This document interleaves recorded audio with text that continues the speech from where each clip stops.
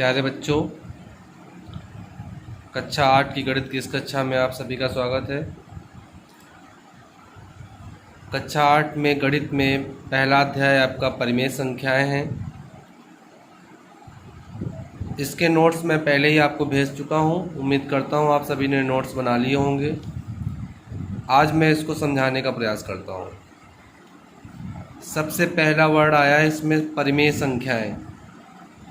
तो परिमेय संख्याओं के बारे में जानने से पहले आपको प्राकृत संख्याएं पता ही हैं। ये आपको कक्षा 7 में और 6 में पढ़ाया गया है। वो होती हैं 1 2 3 4 5 एंड सो ऑन। जो काउंटिंग नंबर्स हैं, गिनने वाली संख्या है, वो प्राकृत संख्या हैं।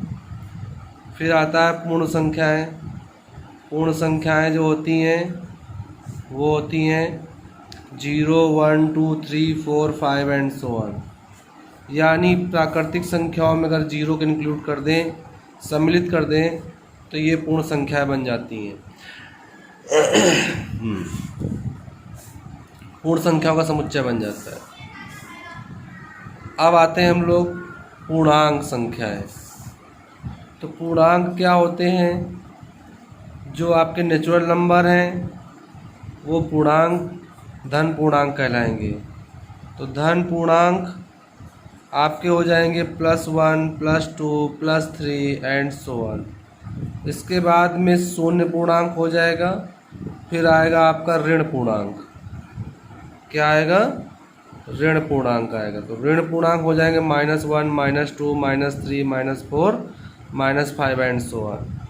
अगर इनकी नंबर लाइन बनाना चाहें तो नंबर लाइन आपकी बनेगी 0 से दाहिनी ओर +1 +2 +3 +4 एंड सो ऑन।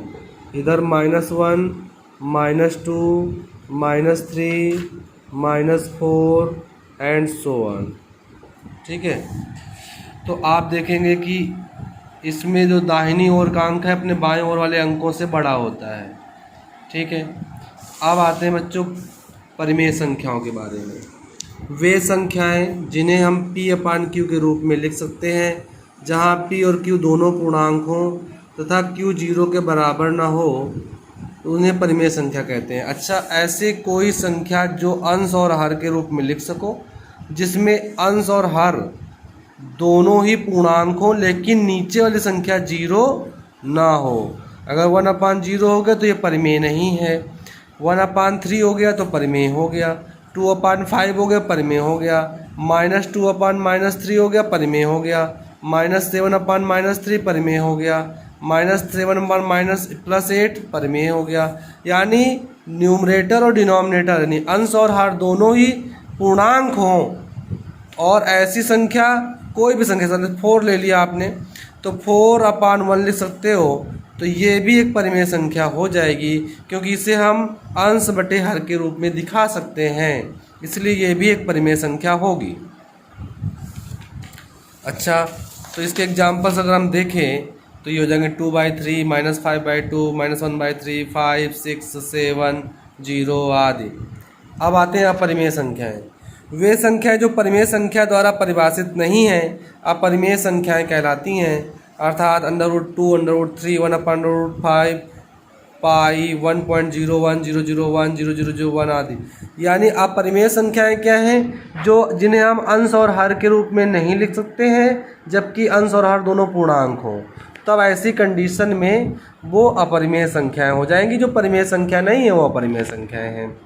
अब आते हैं बच्चों परिमेय संख्याओं के गुण धर्म के बारे में जानते हैं। तो पहली प्रॉपर्टी जो है वो है संवरक नियम। संवरक को हम संवृत भी कह सकते हैं। तो परिमेय संख्याओं में योग का संवरक नियम पहले आता है। तो दो परिमेय संख्याओं का योग सदैव परिमेय संख्या होता है। जैसे 2/3 और 5/3 को जोड़ेंगे तो 5 2 7/3, ये भी एक परिमेय संख्या है। अब आता है गुणन का संवरक नियम। दो परिमेय संख्याओं का गुणन सदैव परिमेय संख्या होता है। अर्थात दो संख्याओं का अगर हम गुणा करें परिमेय संख्याओं का, तो हमें परिमेय संख्या ही मिलेगी। एग्जाम्पल देखें, 1/2 × 3/4, तो ये हो जाएगा 3 1 जा 3 4 2 जा 8, यानी 3/8 ये क्या होगी, परिमेय संख्या हो जाएगी। अब आता है व्यवकलन यानी अंतर का समरक नियम। दो परिमेय संख्याओं का अंतर सदैव परिमेय संख्या होती है, अर्थात 5/3 - 1/3 यानी 4/3 परिमेय संख्या आ जाएगी। यानी अगर घटाने में भी ये परिमेय संख्याएं समरक नियम का पालन करती हैं, लेकिन परिमेय संख्याएं भाग के लिए समरक नियम का पालन नहीं करती हैं, भाग के लिए सत्य नहीं है।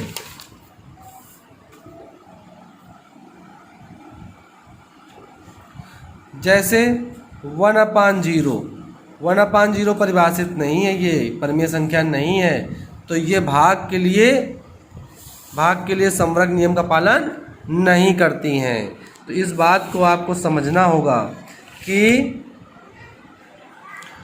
अगर हम कहें कि परिमेय संख्याएं योग, अंतर, गुणा के लिए समरक हैं अर्थात समव्रत हैं, परंतु भाग के लिए समव्रत नहीं हैं अर्थात समरक नियम का पालन नहीं करती हैं, अतः हम कह सकते हैं कि परिमेय संख्याएं योग, अंतर, गुणा के लिए समव्रत हैं, परंतु भाग संक्रिया के लिए समव्रत नहीं है। संक्रिया माने भाग की क्रिया। अब आते हैं बच्चों दूसरा नियम है क्रम विनिमय नियम। परिमेय संख्याएं योग तथा गुणन संक्रिया के लिए क्रम विनिमय नियम का पालन करती हैं, परंतु अंतर और भाग की संक्रिया के लिए नहीं।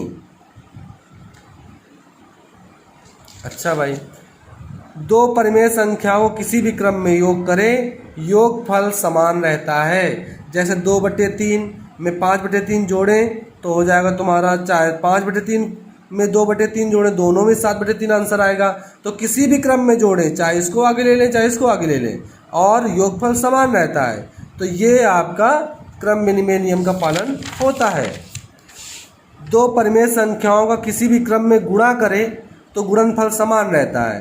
2/3 में 1/3 गुणा करें, चाहे 1/3 में 2/3 गुणा करें, आंसर आपका 2/9 आएगा। तो इसे गुणन का क्रम विनिमय नियम कहते हैं, और ये गुणा के लिए भी क्रम विनिमय नियम का पालन होता है, ठीक है। लेकिन अंतर और भाग की संक्रिया के लिए क्रम विनिमय नियम का पालन नहीं होता है। अब आते हैं सहचर नियम। परिमेय संख्याओं के योग व गुणन की संक्रिया पर सहचर नियम लागू होता है, परंतु अंतर और भाग की संक्रिया पर नहीं लागू होता है। योग का सहचर नियम a + b + c, चाहे b + c को पहले जोड़ दें और बाद में a जोड़ें, चाहे a + b को पहले जोड़ दें बाद में c जोड़ें, किसी को भी ग्रुपिंग करके पहले समूह बना के जोड़ सकते हैं और आंसर हमारा सेम आएगा। ऐसे गुणन का सहचर नियम a × b × c, तो a × b × c अर्थात b और c को पहले चाहे मल्टीपल कर लो, चाहे a और b का पहले मल्टीपल कर लो, लेकिन आंसर सेम आएगा, इसलिए गुणन का सहचर नियम हो जाता है। फिर आते हैं योगात्मक तत्समक।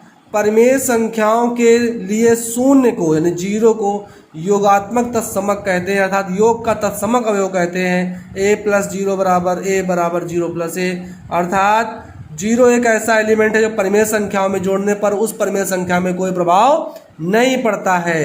फिर आता है गुणात्मक तत्समक। परिमेय संख्याओं के लिए संख्या 1 को गुणात्मक तत्समक कहते हैं, अर्थात a × 1 = a = 1 × a। इसका मतलब है कि अगर किसी परिमेय संख्या में 1 का मल्टीप्लाई करते हैं तो उस परिमेय संख्या में कोई प्रभाव नहीं पड़ता है।